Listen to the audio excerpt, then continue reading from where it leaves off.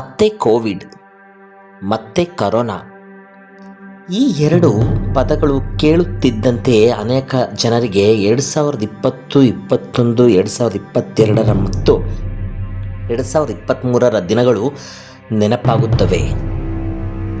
ಮನೆಯಲ್ಲೇ ಲಾಕ್ಡೌನ್, ಖಾಲಿ ರಸ್ತೆಗಳು, ಮಾಸ್ಕ್, ಸ್ಯಾನಿಟೈಸರ್, ಆಸ್ಪತ್ರೆಗಳ ಮುಂದೆ ಸಾಲು, ಲಸಿಕೆಗಾಗಿ ಕಾಯುತ್ತಿದ್ದ ಜನರು, ಇವೆಲ್ಲವೂ ಇನ್ನೂ ಹಲವರ ಮನಸ್ಸಿನಲ್ಲಿ ಹಸಿಯಾಗಿವೆ.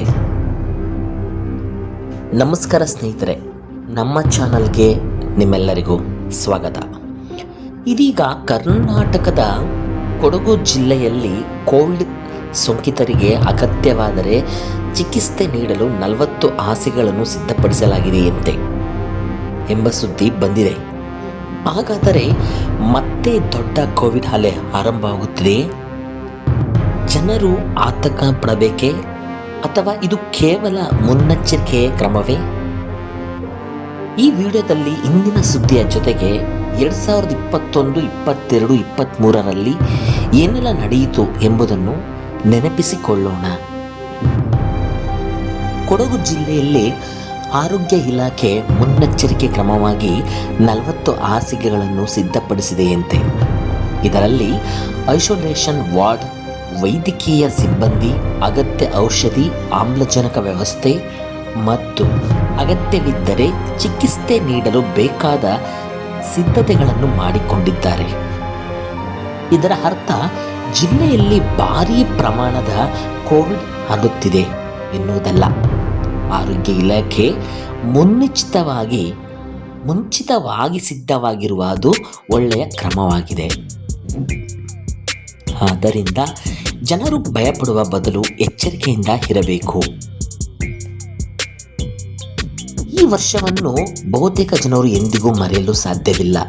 2021ರ ಎರಡನೇ ಅಲೆ ತುಂಬ ಡೇಂಜರ್ ಆಗಿತ್ತು. ಡೆಲ್ಟಾ ರೂಪಾಂತರದಿಂದ ದೇಶದಲ್ಲಿ ಸೋಂಕು ವೇಗವಾಗಿ ಹರಡಿತ್ತು. ಆಸ್ಪತ್ರೆಗಳಲ್ಲಿ ಹಾಸಿಗೆಗಳು ಸಿಗುತ್ತಿರಲಿಲ್ಲ.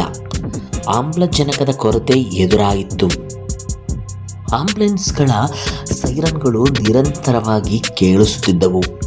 ವೈದ್ಯರು, ನರ್ಸ್ಗಳು ಹಗಲು ರಾತ್ರಿ ಕೆಲಸ ಮಾಡುತ್ತಿದ್ದರು. ಅನೇಕ ಕುಟುಂಬಗಳು ತಮ್ಮ ಆತ್ಮೀಯರನ್ನು ಕಳೆದುಕೊಂಡವು. ಶಾಲೆಗಳು ಮುಚ್ಚಿದ್ದವು. ಕಾಲೇಜುಗಳು ಆನ್ಲೈನ್ ತರಗತಿಗಳು ನಡೆಸುತ್ತಿದ್ದವು. ಮಕ್ಕಳು ಮನೆಯಲ್ಲೇ ಓದುತ್ತಿದ್ದರು. ಲಕ್ಷಾಂತರ ಜನರು ಉದ್ಯೋಗ ಕಳೆದುಕೊಂಡಿದ್ದರು. ಸಣ್ಣ ವ್ಯಾಪಾರಿಗಳು ದೊಡ್ಡ ನಷ್ಟ ಅನುಭವಿಸಿದ್ದರು. 2022ರ ಪರಿಸ್ಥಿತಿ ಹೇಗಿತ್ತು ಎಂದರೆ 2022ರಲ್ಲಿ ಪರಿಸ್ಥಿತಿ ನಿಧಾನವಾಗಿ ಸುಧಾರಿಸತೊಡಗಿತ್ತು. ಲಸಿಕೆ ಅಭಿಯಾನ ವೇಗ ಪಡೆದುಕೊಂಡಿತ್ತು. ಬಹುತೇಕ ಜನರು 2 ಡೋಸ್ ಹಾಗೂ ನಂತರ ಬೂಸ್ಟರ್ ಡೋಸ್ ಪಡೆದರು. ಸೋಂಕು ಇದ್ದರೂ ಗಂಭೀರ ಪ್ರಕರಣಗಳು ಕಡಿಮೆಯಾಗತೊಡಗಿದವು. ಮಾರುಕಟ್ಟೆಗಳು ಮತ್ತೆ ತೆರೆದವು. ಬಸ್, ರೈಲು ಮತ್ತು ವಿಮಾನ ಸಂಚಾರ ಸಾಮಾನ್ಯ ಸ್ಥಿತಿಗೆ ಮರಳಿತು. ಜನರ ಜೀವನ ಮತ್ತೆ ನಿಧಾನವಾಗಿ ಸಹಜವಾಯಿತು. 2023ರ ನಂತರ 2023ರಲ್ಲಿ ಕೆಲವೊಮ್ಮೆ ಹೊಸ ರೂಪಾಂತರಗಳ ಕಾರಣದಿಂದ ಪ್ರಕರಣಗಳು ಹೆಚ್ಚಾದವು. ಆದರೆ ಆರೋಗ್ಯ ವ್ಯವಸ್ಥೆ ಮೊದಲಿಗಿಂತ ಹೆಚ್ಚು ಸಿದ್ಧವಾಗಿತ್ತು. ಆಸ್ಪತ್ರೆಗಳಲ್ಲಿ ಬೇಕಾದ ಸೌಲಭ್ಯಗಳು ಲಭ್ಯವಿದ್ದವು. ಜನರಲ್ಲಿ ಜಾಗೃತಿ ಹೆಚ್ಚಾಗಿತ್ತು. ಲಸಿಕೆಯ ಪರಿಣಾಮದಿಂದ ಗಂಭೀರ ಪ್ರಕರಣಗಳ ಪ್ರಮಾಣ ಹಲವೆಡೆ ಕಡಿಮೆಯಾಯಿತು. ಈಗ ನಾವು ಏನು ಮಾಡಬೇಕು? ಈಗ ಮುಖ್ಯವಾಗಿ ಮಾಡಬೇಕಾದದ್ದು ಭಯಪಡುವುದು ಅಲ್ಲ.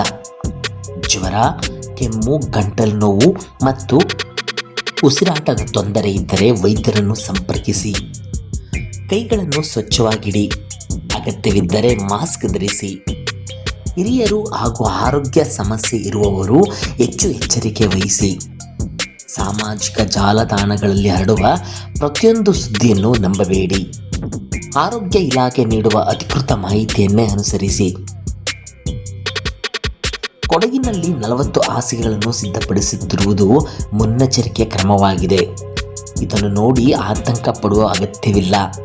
ಆದರೆ ಕೋವಿಡ್ ನಮಗೆ ಕಲಿಸಿದ ದೊಡ್ಡ ಪಾಠ ಎಂದರೆ ಆರೋಗ್ಯವೇ ನಮ್ಮ ದೊಡ್ಡ ಸಂಪತ್ತು ಎಂದು. ಎಚ್ಚರಿಕೆಯಿಂದ ಇರುವುದು ಯಾವಾಗಲೂ ಉತ್ತಮ. ಈ ಮಾಹಿತಿಯನ್ನು ನಿಮ್ಮ ಕುಟುಂಬದವರಿಗೆ ಹಾಗೂ ಸ್ನೇಹಿತರೊಂದಿಗೆ ಹಂಚಿಕೊಳ್ಳಿ. ಈ ರೀತಿಯ ನಿಖರ ಕನ್ನಡ ಸುದ್ದಿಗಳಿಗಾಗಿ ನಮ್ಮ ಚಾನಲ್ ಅನ್ನು ಸಬ್ಸ್ಕ್ರೈಬ್ ಮಾಡಿ ಸ್ನೇಹಿತರೆ. ಧನ್ಯವಾದಗಳು. ಮತ್ತೆ ಮುಂದಿನ ವಿಡಿಯೋದಲ್ಲಿ ಭೇಟಿಯಾಗೋಣ. ನಮಸ್ಕಾರ.